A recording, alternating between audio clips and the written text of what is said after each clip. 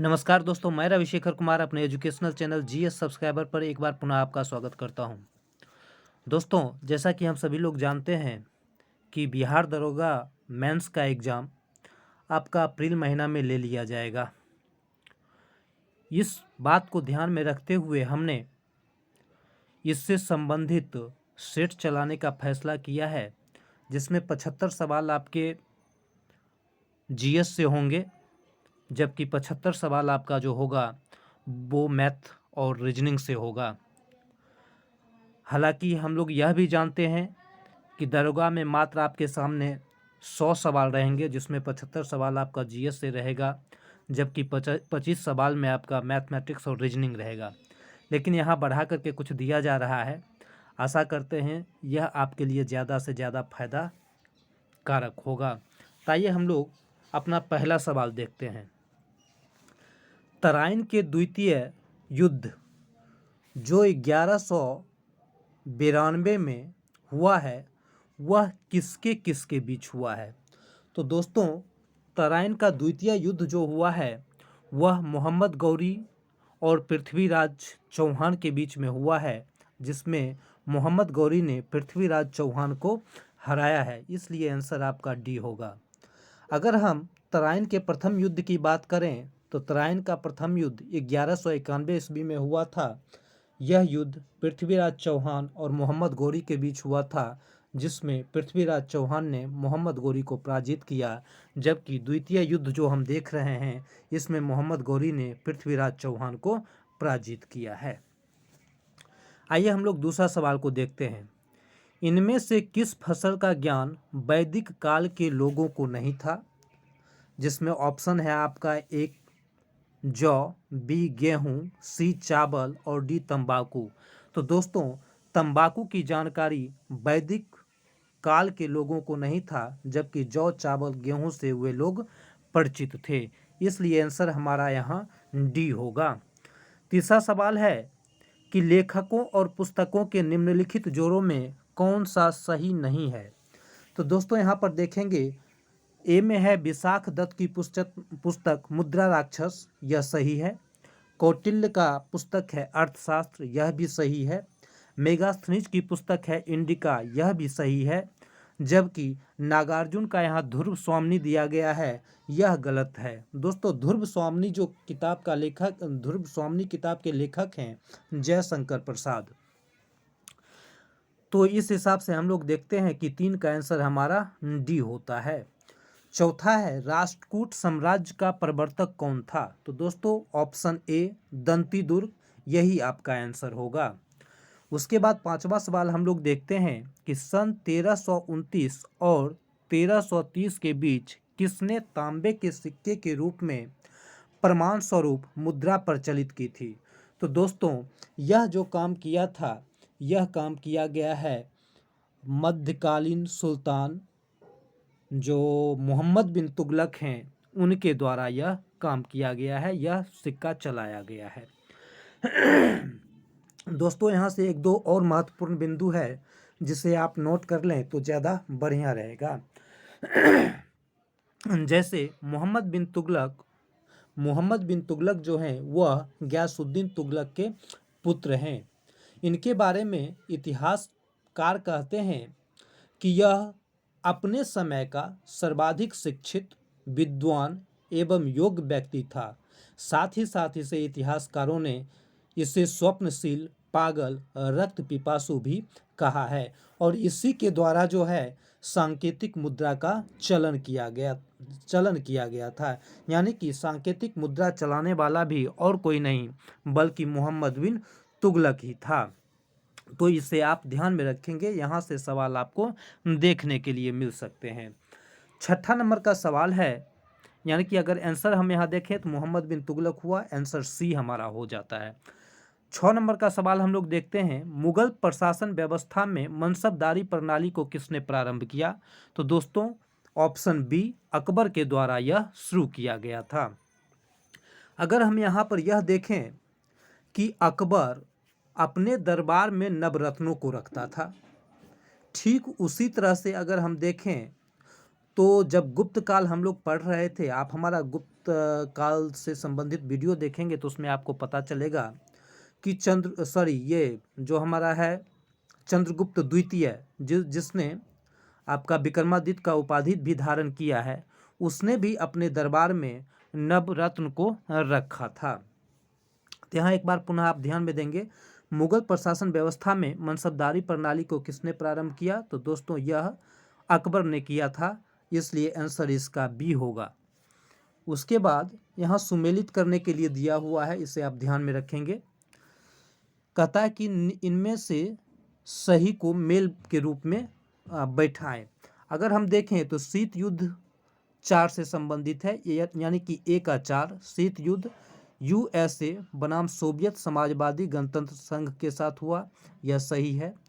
धर्म युद्ध को थोड़ा छोड़ करके चलिए, दीर्घकालीन प्रयाण है। रूसी क्रांति को लेकर के चलते हैं तो रूसी क्रांति 1917 में हुई है। उसके बाद अगर हम देखें धर्म युद्ध, तो धर्म युद्ध का हो गया धर्म युद्ध करता, यानी कि 3 हो गया, बी का 3 हो गया। और सी का देखते हैं तो यह हमारा कौन सा हो जाता है? तो सी का हो गया आपका दीर्घकालीन प्रयाण जो हो गया, यह माओ चीन से संबंधित है। इसलिए अगर हम आंसर देखें तो हमारा 7 का आंसर सी होगा, 7 का आंसर सी होगा। उसके बाद हम लोग 8वां सवाल की ओर चलते हैं। महात्मा गांधी ने अपनी सत्याग्रह की क्रियाविधि सबसे पहले कहाँ प्रयुक्त की थी? तो दोस्तों वह दक्षिण अफ्रीका, यानी कि ऑप्शन डी, आंसर आपका डी होगा। दक्षिण अफ्रीका में उन्होंने शुरू किया। अगर यही सवाल हमारे सामने आता कि महात्मा गांधी ने अपनी प्रथम सत्याग्रह भारत में कहाँ शुरू किया था, तो दोस्तों यह हमारा आंसर होता ऑप्शन बी, चंपारण में, जो कि 1917 में हुआ था। उसके बाद हम लोग आते हैं सवाल नंबर 9 पर। आज़ाद हिंद फौज का गठन कब हुआ था? तो आज़ाद हिंद फौज का गठन अगर हम देखते हैं तो 1942, अगर इस ऑप्शन को लेकर के हम चलते हैं तो 1942 में रास बिहारी बोस के द्वारा किया गया था। एक बार पुनः सुनेंगे।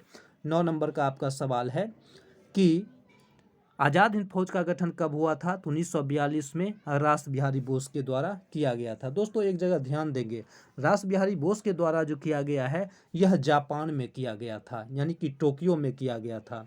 जबकि आज़ाद हिंद फौज एक जो 1915 में गठन हुआ है वह मोहन सिंह के द्वारा अफगानिस्तान में किया गया था। तो इसलिए यह ऑप्शन बेस्ड आंसर आपका होगा, यहाँ पर ध्यान में रखेंगे।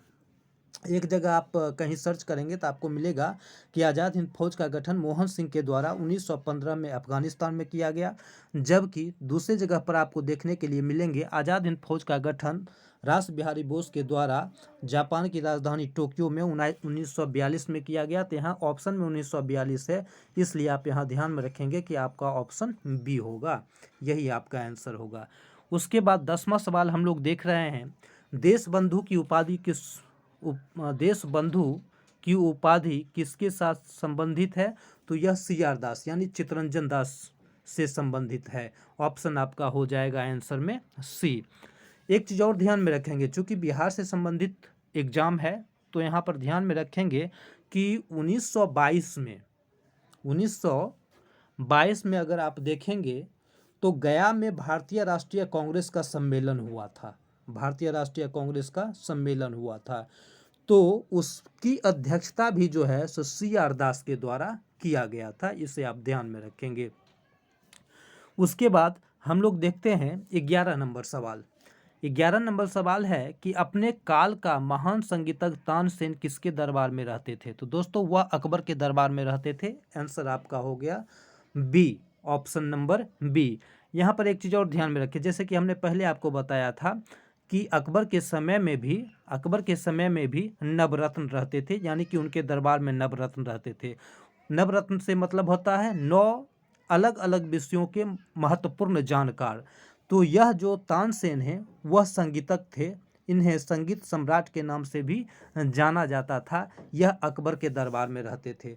उसी ढंग से जब हम देखते हैं चंद्रगुप्त द्वितीय का काल जब हम देखते हैं तो उसके दरबार में भी नवरत्न रहते थे। तो ये 2 चीज़ ध्यान में रखेंगे। सवाल कई बार देखा जाता है कि निम्नलिखित में से किन 2 बादशाह या किन 2 शासक के दरबार में नवरत्न रहते थे, वैसी स्थिति में आपको अकबर और चंद्रगुप्त द्वितीय देखने के लिए ऑप्शन में मिलेंगे। आइए 12 नंबर सवाल देखते हैं, यानी कि 11 नंबर का आंसर हमारा हो गया बी, अकबर। उसके बाद है 12 नंबर सवाल, निम्न में से आग्नेय शैल कौन सी है? तो दोस्तों इसका आंसर हो जाएगा option D, granite. Option D, granite हो जाएगा इसमें। यहाँ पर ध्यान देंगे कि आग्नेय चट्टान का निर्माण मैग्मा के ठंडा होने से होता है और इसे प्राथमिक चट्टान भी कहते हैं। एक बार पुनः ध्यान देंगे, यहाँ पर सवाल है आपका, निम्न में से आग्नेय शैल कौन सा है? तो ऑप्शन हो गया डी, ग्रेनाइट, यानी कि ग्रेनाइट जो है आपका वो आग्नेय शैल है। तो आग्नेय शैल का निर्माण कैसे हो रहा है? तो आग्नेय चट्टान का निर्माण मैग्मा के ठंडा होने से होता है और इससे प्राथमिक चट्टान भी हम कहते हैं। उसके बाद आ जाइए, हमारा सवाल है 13, किसी नदी की अधिकतम अपरदनकारी शक्ति का संबंध किसके साथ होता है? तो दोस्तों इसका आंसर होगा आपका डी ऑप्शन, भी आकार की घाटी। भी आकार की घाटी आपका यह हो जाता है। अब थोड़ा सा यहाँ पर देखेंगे, अपर्दन, इरोजन। अपर्दन का मतलब, अपर्दन से मतलब क्या है? अपर्दन को अंग्रेजी में इरोजन कहते हैं। जल या वायु के द्वारा मिट्टी के ऊपरी भाग को बहा ले जाना अपर्दन कहलाता है। भी आकार की घाटी का निर्माण प्रायः युवा नदी द्वारा होता है। तो यहाँ पर आपका जो आंसर होगा डी होगा। एक बार पुनः सवाल सुनेंगे, किसी नदी की अधिकतम अपरदनकारी शक्ति का संबंध किसके साथ होता है? तो ऑप्शन डी, भी आकार की घाटी के साथ होता है, यही आपका आंसर होगा। 14 नंबर सवाल है, कश्मीर घाटी किस स्वरूप में स्थित है? तो दोस्तों यह कंदरा के रूप में स्थित है। ऑप्शन नंबर ए आपका आंसर होगा। 15 नंबर है, पृथ्वी के दोनों ओर कौन से ग्रह हैं? पृथ्वी के दोनों ओर कौन से ग्रह हैं? तो यहाँ पर आप ध्यान देंगे कि अगर हम सूर्य से बढ़ते क्रम की दूरी में ग्रहों का जानकारी प्राप्त करें तो वहाँ पर हम लोग क्या देखते हैं कि सूर्य से बिल्कुल नज़दीक कौन सा है? तो बुध, शुक्र, पृथ्वी, मंगल, बृहस्पति, शनि, अरुण, वरुण। तो यहाँ पर देखेंगे कि आपका आंसर जो होगा वह आंसर आपका डी होगा। 15 का आंसर क्या होगा? आपका डी होगा। यानी कि यहाँ पर हम लोग देखते हैं, देखिएगा यहाँ पर, तो मंगल और शुक्र के बीच में कौन सा है? तो पृथ्वी है। यही तो सवाल हमसे पूछ रहा है कि पृथ्वी के दोनों ओर कौन से ग्रह स्थित हैं? तो पृथ्वी से पहले और पृथ्वी के बाद, तो यह कौन सा ग्रह है? मंगल और शुक्र। तो ऑप्शन आपका डी हो जाएगा। 16 नंबर सवाल है कि भारत विश्व में किसका सबसे बड़ा निर्यातक है? तो दोस्तों भारत अभ्रक का सबसे बड़ा निर्यातक है। ऑप्शन आपका डी हो जाएगा। उसके बाद 17 नंबर सवाल को जब हम देखते हैं, निम्नलिखित कारकों में से कौन सा प्रायद्वीपीय नदियों के पूर्व की ओर बहने का मुख्य कारण है? तो यह आंसर जो आपका हो जाएगा 17 का, वह ऑप्शन होगा सी, यानी कि नदियाँ रिफ्ट घाटियों का अनुसरण करती है। नदियाँ रिफ्ट घाटियों का अनुसरण करती है। जिस समय हम लोग ज्योग्राफी पढ़ेंगे दोस्तों, उस समय इसको हम लोग और बेहतर ढंग से समझने का कोशिश करेंगे। आइए सवाल नंबर हम लोग देखते हैं 18, निम्नलिखित उद्योगों में से किसके लिए डेट्रॉयट संयुक्त राज्य अमेरिका प्रसिद्ध है? तो दोस्तों डेट्रॉयट एक जगह का नाम है जो संयुक्त राज्य अमेरिका में है और यह स्वचालित वाहन के लिए प्रसिद्ध है। यहाँ बहुत ज़्यादा वाहन बनता है। यह जो डेट्रॉयट जगह है, यहाँ सबसे ज़्यादा विश्व में वाहन बनता है और यह स्वचालित वाहन के लिए प्रख्यात है। उसके बाद 19 नंबर का सवाल जब हम देखते हैं, भारत में धारीबाल और लुधियाना के नगर किसके लिए विख्यात हैं?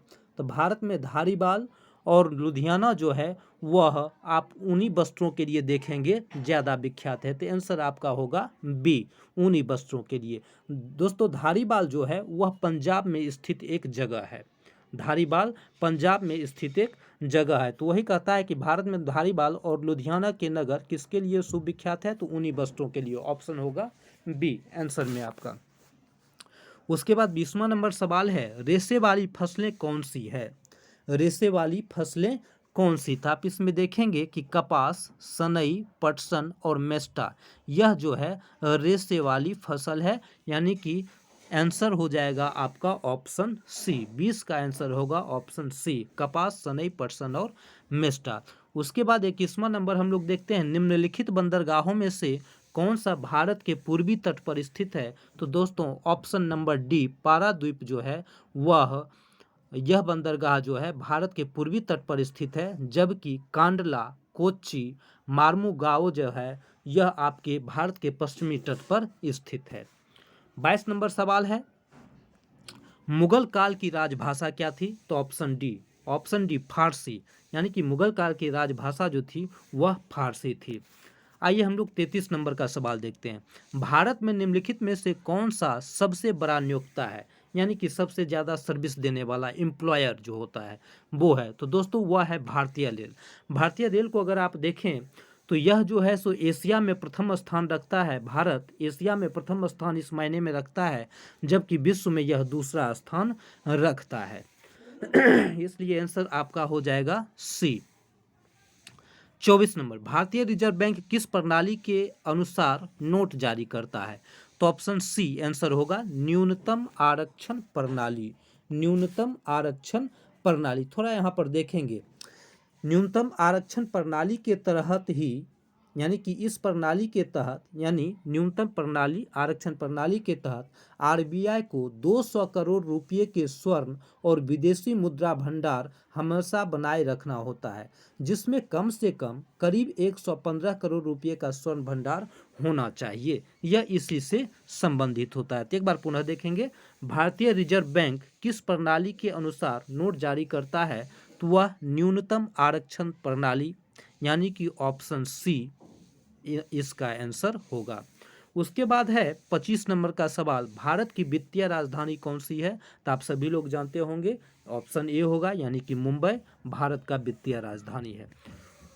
सवाल नंबर आपका 26 है, भारत ने पंचवर्षीय योजनाएं कहां से ग्रहण की है? तो दोस्तों ऑप्शन बी, भूतपूर्व सोवियत समाजवादी गणतंत्र संघ से इसने यह पंचवर्षीय योजना ग्रहण किया है। जैसा कि हम लोग जानते हैं कि 1 जनवरी 2015 से ये आपका जो योजना आयोग है वह समाप्त कर दिया गया, और उसके स्थान पर जो है सो ये आपका आ गया है, क्या बोलते हैं, नीति आयोग आ गया है। यानी नीति आयोग की स्थापना 1 जनवरी 2015 से हो गया है। इसे आप ध्यान में रखेंगे, जो पंचवर्षीय योजना के जगह पर कार्य करता है, यानी कि योजना आयोग के जगह पर यह कार्य करता है।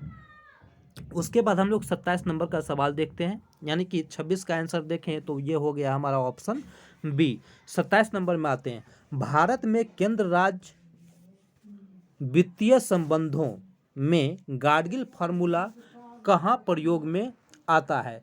तो यह है ऑप्शन डी आंसर होगा, राज्यों के बीच केंद्रीय योजना सहायता राशि बांटने के लिए। उसके बाद सवाल नंबर 28 हम लोग देखते हैं, किसने कहा था कि मनुष्य एक सामाजिक प्राणी है? तो दोस्तों आंसर हो जाएगा बी, यह अरस्तु के द्वारा कहा गया है कि मनुष्य एक सामाजिक प्राणी है। साथ ही साथ हम लोग देखते हैं कि जीव विज्ञान के पिता भी अरस्तु ही कहे जाते हैं, जबकि राजनीति विज्ञान के पिता भी अरस्तु ही कहे जाते हैं। ये काफ़ी विद्वान और यूनान से संबंध रखने वाले लोग थे।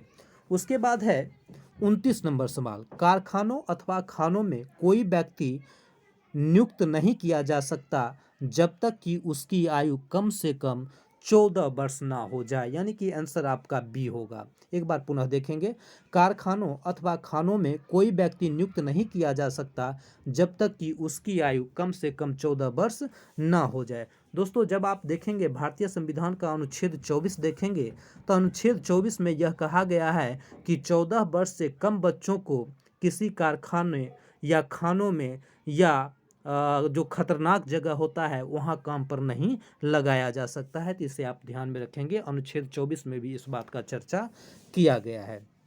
उसके बाद आते हैं हम लोग, यानी कि 29 का आंसर हम लोग देखें तो ऑप्शन बी हो गया। 30 नंबर सवाल हम लोग देखते हैं, दल बदल के आधार पर निर्वाचित सदस्यों की अयोग्यता संबंधी विवरण संविधान की किस अनुसूची में दिया गया है? तो दोस्तों यह 10वीं अनुसूची में दिया गया है, यानी कि आंसर आपका होगा सी, 10वीं अनुसूची। यहाँ पर हम लोग देखते हैं 8वीं अनुसूची, ए ऑप्शन जो है 8वीं अनुसूची में 22 भाषा का चर्चा किया गया है। 8वीं अनुसूची में 22 भाषाओं का चर्चा किया गया है। जबकि हम 9वीं अनुसूची की बात करें, यानी कि ये जो हमारा सवाल है 30 नंबर का सवाल है, अगर हम इसमें 9वीं अनुसूची की बात करें तो दोस्तों इस अनुसूची में सम्मिलित विषयों का न्यायालय में चुनौती नहीं दी जा सकती है। इसमें कुछ ऐसे विषय को रखे गए हैं जो न्यायालय में चुनौती नहीं दी जा सकती है। तो यहाँ से भी सवाल पूछे जाते हैं कि निम्नलिखित में से किस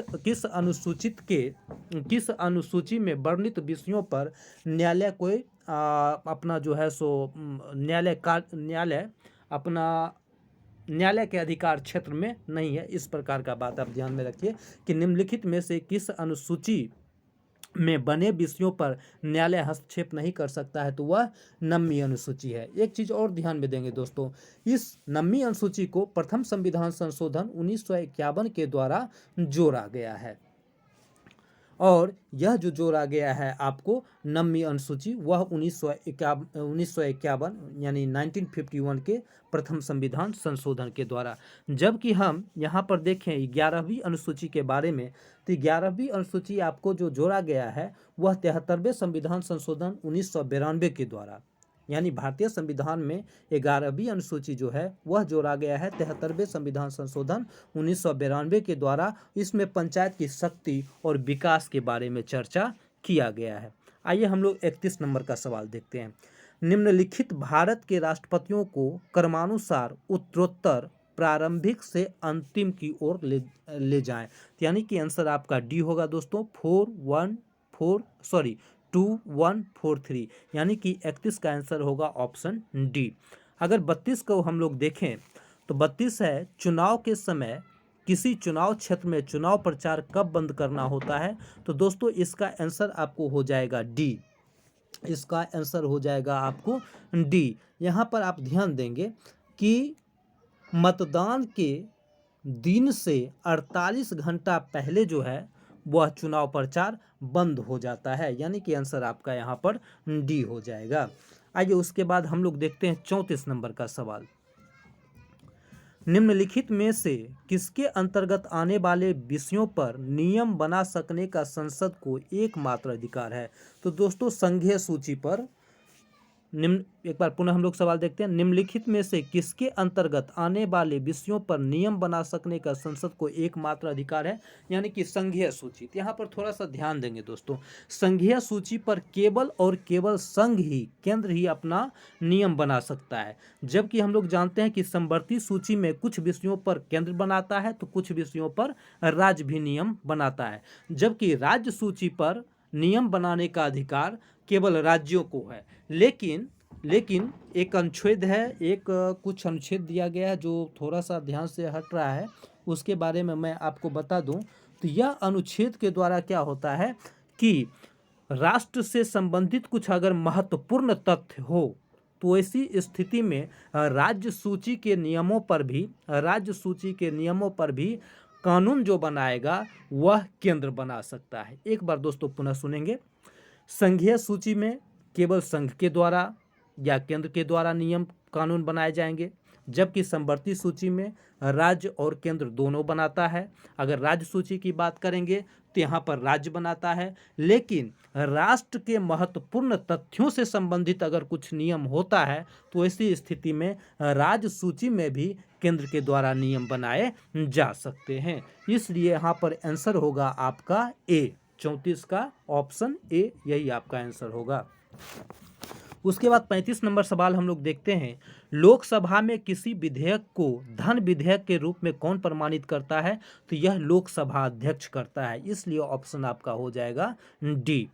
उसके बाद अगर हम देखें तो यहाँ पर थोड़ा सा एक चीज़ ध्यान में रखेंगे कि यह जो धन विधेयक होता है दोस्तों, धन विधेयक जो होता है सर्वप्रथम राष्ट्रपति से पूछ करके ही ये आपको सदन में लाया जाता है। उसके बाद 36 नंबर का सवाल हम लोग देखते हैं। पाक जल डमरू मध्य निम्न में से किनको अलग करता है, तो यह भारत और श्रीलंका को अलग करता है। यह किसे अलग करता है, तो भारत और श्रीलंका को अलग करता है, यानी कि ऑप्शन सी आपका आंसर होगा। आइए हम लोग 37 नंबर सवाल देखते हैं। संयुक्त राज्य अमेरिका का सबसे लोकप्रिय खेल कौन सा है? तो दोस्तों संयुक्त राज्य अमेरिका का सबसे लोकप्रिय खेल बेसबॉल है, यानी ऑप्शन ए आपका आंसर होगा। उसके बाद 38 को अगर हम देखें, थे ए टेल ऑफ टू सिटीज नामक पुस्तक के लेखक कौन है? तो यह आंसर होगा आपका डी, चार्ल्स डिकेंस, यानी कि 38 का answer option D Charles Dickens है। 39 अगर हम लोग देखते हैं, रेड क्लिफ रेखा किन दो देशों के बीच का अंतर्राष्ट्रीय सीमा रेखा है? तो दोस्तों यह भारत और पाकिस्तान का है, इसलिए 39 का आंसर होगा ऑप्शन ए। उसके बाद हम लोग 40 देखें, डिगो गार्सिया द्वीप किस महासागर में है? तो दोस्तों डिगो गार्सिया द्वीप हिंद महासागर में है।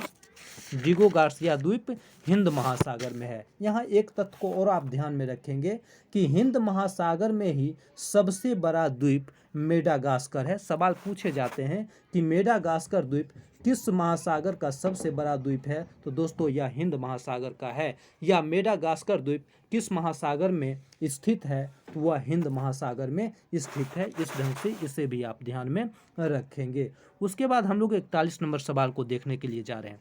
राष्ट्रीय एकीकरण दिवस या राष्ट्रीय एकता दिवस कब मनाया जाता है? तो दोस्तों यह 31 अक्टूबर को मनाया जाता है, लेकिन ऑप्शन में 31 अक्टूबर नहीं है, इसलिए आंसर आपका डी होगा, यानी कि 41 का आंसर होगा आपका डी। आप ध्यान में रखेंगे या नोट करना चाहे तो नोट कर लीजिए कि राष्ट्रीय एकता दिवस 31 अक्टूबर को मनाया जाता है। 42 नंबर सवाल है, प्रमुख याम्योत्तर प्राइम मेरिडियन कहाँ से होकर के निकलती है? यानी कि दोस्तों आप जो वह देखते हैं 0 डिग्री देशांतर, जो देखते हैं 0 डिग्री देशांतर, ठीक है, वही प्रमुख याम्योत्तर है। तो यह जो है ग्रीन बीच, यानी कि इंग्लैंड का एक जगह है ग्रीन बीच, वहाँ से होकर के प्रमुख याम्योत्तर आपका गुजरता है। उसके बाद अगर इसका आंसर देखें तो 42 का आंसर हो गया आपका ए।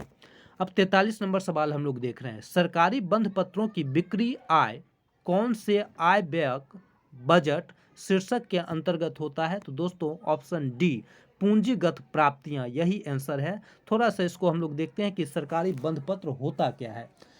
दोस्तों सरकारी बंध पत्र जो होता है उसके बारे में हम लोग देखते हैं कि यह एक प्रकार का सार्वजनिक ऋण पत्र होता है, जिसमें निश्चित समय के अंदर कुछ विशिष्ट नियम या शर्तों के अनुसार लिया हुआ ऋण चुकाने की प्रतिज्ञा दी हुई होती है। अगर हम यहाँ पर देखें, इसमें सरकार द्वारा बाजार से लिए गए ऋण, भारतीय रिजर्व बैंक से ली गई उधारी और विनिवेश के जरिए प्राप्त किए गए आमदनी शामिल किए जाते हैं। किस में शामिल किए जाते हैं? तो इसी में, ये जो आपका हुआ सरकारी बंध पत्र जो होता है, इसमें आपको शामिल किया जाता है।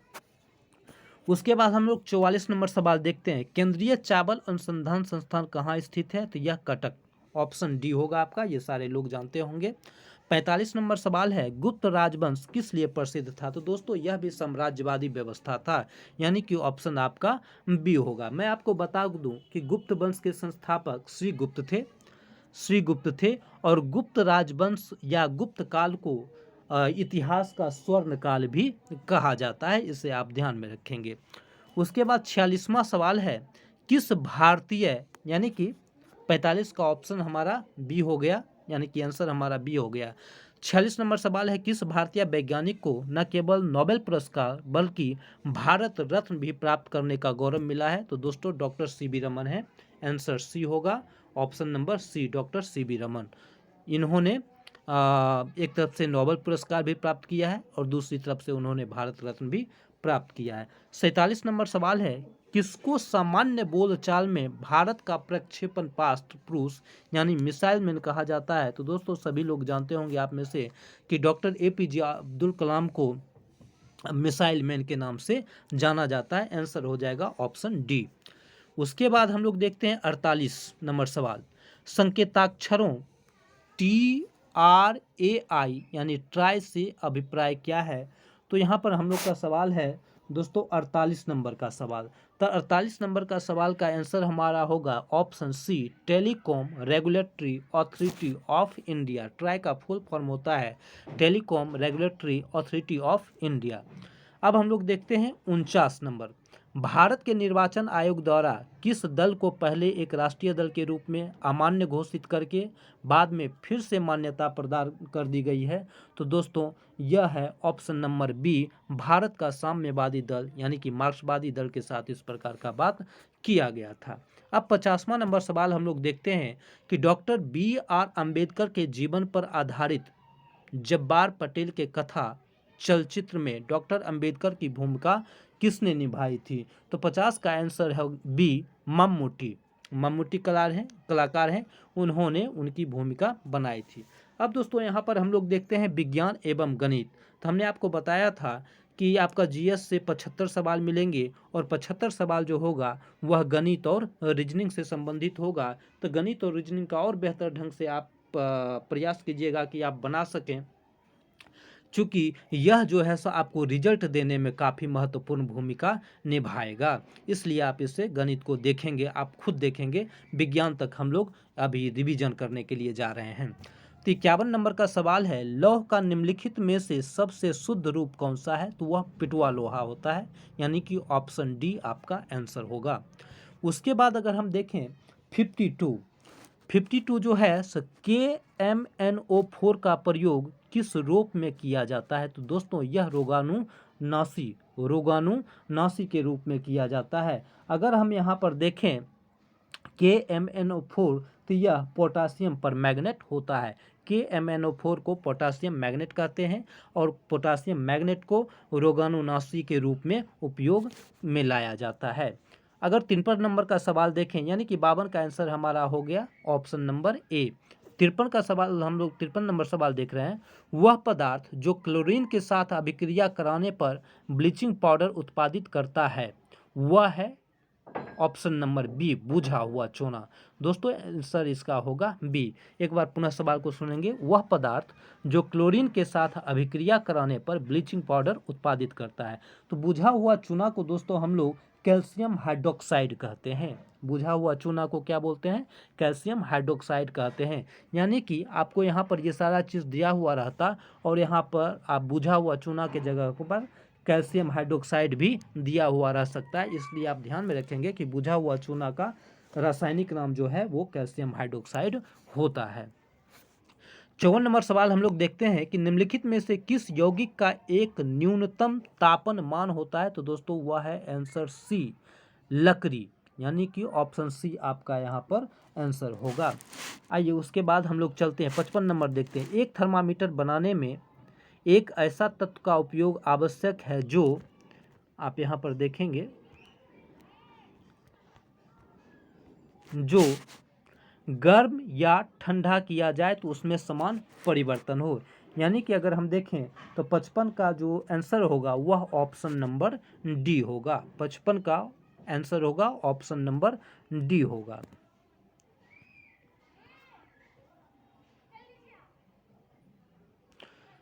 हम लोग देखते हैं 56 नंबर सवाल। चावल पकने में सबसे अधिक समय कहाँ लगता है? तो दोस्तों निश्चित रूप से पहाड़ पर लगता है, यह आप पहले से जानते होंगे, इसलिए हमारा ऑप्शन होगा माउंट एवरेस्ट, ऑप्शन सी। 56 का ऑप्शन सी हो जाएगा हमारा आंसर। उसके बाद आँख में प्रवेश करने वाले प्रकाश की मात्रा का नियंत्रण कौन करता है दोस्तों? तो वह परितारिका करता है। आँख में प्रवेश करने वाली प्रकाश की मात्रा का नियंत्रण कौन करता है? परितारिका, जिसे हम अंग्रेजी में आइरिस भी कहते हैं। उसके बाद हम लोग सवाल देखते हैं, यानी कि 57 का आंसर हो गया ऑप्शन बी। 58 नंबर, एक आवर्धक लेंस में होता है एक सरल उत्तल लेंस, इसका आंसर होगा आपका ए। पुनः एक बार ध्यान देंगे, 58 नंबर सवाल है, कहता है कि एक आवर्धक लेंस में होता है एक आवर्धक लेंस में होता है एक सरल उत्तल लेंस, यानी कि ऑप्शन नंबर ए आपका 58 का ऑप्शन नंबर ए आंसर होगा। यहाँ पर दोस्तों थोड़ा सा आप ध्यान देंगे कि इसका उपयोग पास की वस्तुओं, यानी कि ये जो हमारा उत्तल लेंस है, इसका उपयोग पास की वस्तुओं का आवर्धिक प्रतिबिंब प्राप्त करने के लिए किया जाता है। अब आते हैं हम लोग सवाल नंबर 59 पर। निम्नलिखित में से किस पदार्थ की विशिष्ट ऊष्मा उच्चतम होती है। तो दोस्तों डी आंसर हमारा हो जाएगा 59 का, यानी कि जल का विशिष्ट ऊष्मा जो होता है वो क्या होता है, उच्चतम होता है। 60 नंबर सवाल है, एक अंतरिक्ष यात्री को एक अंतरिक्ष यान में पृथ्वी की परिक्रमा करते समय अनुभव होता है, क्या अनुभव होता है, तो वह भारहीनता का अनुभव होता है। एक अंतरिक्ष यात्री को एक अंतरिक्ष यान में पृथ्वी की परिक्रमा करते समय अनुभव होता है किसका, तो भारहीनता का, यानी कि 60 का आंसर होगा ऑप्शन सी। 61 नंबर हम लोग देखते हैं, तेल या वसा का क्षारीय जल अपघटन देता है, साबुन और ऑप्शन ए इथानॉल, यानी कि 61 का आंसर जो हो जाएगा ए हो जाएगा। उसके बाद 62 नंबर सवाल है, मानव शरीर में प्रोटीनों का पाचन कहाँ होता है, तो दोस्तों वह अमाशय में होता है। मानव शरीर में प्रोटीनों का पाचन अमाशय में होता है, यानी 62 का आंसर होगा आपका ऑप्शन बी। उसके बाद 63 नंबर हम लोग देख रहे हैं, खाना पकाने के चिपचिपाहट रहित बर्तन में निम्नलिखित में से किसका लेप होता है, तो वह टेफ्लॉन का होता है, यानी 63 का आंसर हो गया आपका ऑप्शन नंबर डी। दोस्तों यह टेफ्लॉन में क्या देखिएगा कि तेल की आवश्यकता नहीं होती है, वो ऐसे भी आपका खाना बन जाता है। उसके बाद 64 नंबर सवाल है, ट्यूबलाइट में मुख्य रूप से कौन सी गैस भरी जाती है, तो ऑप्शन नंबर बी पारे की वाष्प प्लस आर्गन। ये सारा सवाल ऐसा है दोस्तों जो प्राय पूछा ही जाता है। तो एक बार पुनः हम लोग देखते हैं कि ट्यूबलाइट में मुख्य रूप से कौन सी गैस भरी जाती है, तो पारे की वाष्प और आर्गन, यानी कि 64 का जो आंसर हमारा होगा ऑप्शन बी होगा। 65 नंबर हम लोग देख रहे हैं, खुरपक्का मुंहपक्का रोग पशुओं से संबंधित होता है, पशुओं से संबंधित होता है, यह किससे होता है, तो यह किससे होता है इसके बारे में पूछ रहा है। तो दोस्तों यह विषाणु से होता है, वायरस से होता है। और दूसरा सवाल यहाँ से घुमा करके भी पूछे जाते हैं, निम्नलिखित में से किसमें खुरपक्का मुंहपक्का रोग होता है, तो दोस्तों यह पशुओं में होता है, यानी कि खुरपक्का मुंहपक्का रोग विषाणु से होता है, किसमें होता है, तो जानवरों में, यानी कि पशुओं में होता है, यानी कि ऑप्शन आपका हो गया बी, यही आपका आंसर है। 66 क्वेश्चन नंबर 66 है 66, मुंह के पार्श्व भाग में स्थित टॉन्सिल का मुख्य कार्य क्या है, यानी कि यहाँ टॉन्सिल का मुख्य कार्य पूछ रहा है। तो यहाँ पर हम लोग देखते हैं टॉन्सिल का मुख्य कार्य जो होगा वह होगा बी रोगाणुओं का विनाश करना, यानी कि 66 का क्या देख रहे हैं, आंसर होगा बी रोगाणुओं का विनाश करना। उसके बाद है स्टेनलेस स्टील में किन तत्वों का मिश्रण होता है, तो दोस्तों ऑप्शन ए हमारा है NiCFe और Cr, इसे आप ध्यान में रखेंगे। स्टेनलेस स्टील में किन तत्वों का मिश्रण होता है, तो ऑप्शन ए हमारा आंसर है। उसके बाद है 68, अफीम जो एक पादप उत्पाद है निम्नलिखित में से किससे प्राप्त किया जाता है, तो यह सूखे लेटेक्स से प्राप्त होता है, यानी कि आंसर आपका हो जाएगा 68 का ऑप्शन नंबर बी। उसके बाद 69 में है, नई कोशिकाओं के बनने से संबंधित मुख्य ऊतक, नई कोशिकाओं के बनने से संबंधित मुख्य ऊतक कौन से हैं, तो दोस्तों वह है विभज्योतक, यानी कि आंसर आपका 69 का हो गया डी। 70 नंबर है यानी 70, मनुष्य के कंकाल में कुल अस्थियों की संख्या 208, कुल अस्थियों की संख्या हमारा हो जाता है 208, इसे आप भी ये 206 होता है, इसे आप ध्यान में रखेंगे। 70 का बी आंसर होगा, मनुष्य के कंकाल में कुल अस्थियों की संख्या कितनी है, तो 206 है। 71 नंबर सवाल है, रेडियो कार्बन डेटिंग का उपयोग निम्नलिखित की आयु पता करने में किया जाता है, तो दोस्तों वह जीवाश्मों के बारे में जानकारी लेने के लिए किया जाता है। यह सवाल काफ़ी पूछा जाता है कि रेडियो कार्बन डेटिंग का उपयोग निम्नलिखित की आयु पता लगाने में होता है, तो जीवाश्मों की आयु पता लगाने में होता है। 72 नंबर है यानी कि 71 का देखें तो आंसर बी हो जाएगा। 72, पीने वाला सोडा होता है प्रकृति से दोस्तों वह अम्लीय होता है, प्रकृति से क्या होता है, अम्लीय होता है, यानी 72 का आंसर हो जाएगा ऑप्शन नंबर सी। अगर 73 की बात करें तो 2 या 2 से अधिक धातुओं का मिश्रण कहलाता है, दो या दो से अधिक धातुओं का मिश्रण कहलाता है। तो यह क्या कहलाता है? मिश्र धातु कहलाता है, यानी कि 73 का आंसर हो जाएगा ऑप्शन डी। उसके बाद 74 नंबर है, डीएनए में निम्नलिखित इकाई होती है। तो दोस्तों यह होता है डीऑक्सीराइबोज। डीऑक्सीराइबोज यानी कि 74 का आंसर जो आपका हो जाएगा वह डी हो जाएगा। और 75 देखते हैं, किसी भी तंत्र से जल के निष्कासन के प्रक्रम को कहते हैं। क्या कहते हैं? यानी कि पानी निकलने कहता है ना, शरीर से पानी निकलने की प्रक्रिया, ये सब निर्जलीकरण कहलाता है। यानी कि 75 का आंसर जो आपका हो जाएगा दोस्तों, यह ऑप्शन नंबर सी हो जाएगा। 76 से आप देखेंगे दोस्तों, तो यहाँ से आपका क्या है? मैथमेटिक्स है। यहाँ आप देखेंगे तो ये सारा आपका जो है यहाँ से मैथमेटिक्स दिया गया है। इसको आप आराम से चाहेंगे बनाना तो आप उसे बना लेंगे और इसको पूरा बढ़िया से प्रैक्टिस आप करेंगे। क्योंकि दोस्तों अब आप देखेंगे कि यहाँ से क्या होता है कि इस बार का दरोगा मेंस का जो ये लिया जाएगा, जीएस तो सारे लोग पढ़ते हैं, लेकिन कभी कभी क्या होता है कि इसमें जो आपको रिजल्ट बनाएगा वह मैथमेटिक्स और आपका रीजनिंग बनाएगा। इसलिए मैथमेटिक्स और रीजनिंग पर आपको काफ़ी ध्यान देने होंगे। मैथमेटिक्स और रीजनिंग अगर आप बेहतर ढंग से निकाल लेते हैं तो निश्चित रूप से आपका रिजल्ट यहाँ पर बनेगा। हालांकि जैसा कि पहले मैंने आपको बताया कि आपको जो है सो दरोगा के मुख्य परीक्षा में मात्र 100 सवाल ही रहेंगे, जिसमें 75 सवाल आपका जीएस से संबंधित होगा और उसके बाद जो है सो आपका ये 25 सवाल मैथमेटिक्स और रीजनिंग का रहेगा। लेकिन ये प्रैक्टिस के लिए हमने आपको इस टाइप का सेट प्रोवाइड किया है ताकि आप अधिक से अधिक सवाल को बना सकें और देख सकें। दोस्तों यह जो सवाल दिया गया है आपको, यह एस्पार्क के बुक से दिया गया है और यह सेट काफ़ी अच्छा सेट भी माना जाता है। निश्चित रूप से दोस्तों हम चाहेंगे कि आप जब इसको ये तो बता दिया गया है आपको, उसके बाद अगर आप बनावें तो निश्चित रूप से आप कमेंट करें कि आपका कितना सवाल सही हुआ है, ताकि मान लीजिए कि और अगर ऐसा लगता है कि आपको नहीं ये सवाल के साथ साथ आपको इसका आंसर भी चाहिए तो भी आप कमेंट कर सकते हैं। आंसर आप मांग सकते हैं, आपको आंसर भी दिया जा सकता है। लेकिन हम प्रयास करेंगे या कर रहे हैं कि जिस तरह से हमने आपको बता दिया है ठीक उसी ढंग से आप चाहें तो कितना सही हुआ है वह आप कमेंट सेक्शन में ज़रूर लिखेंगे। चलिए दोस्तों, थैंक यू।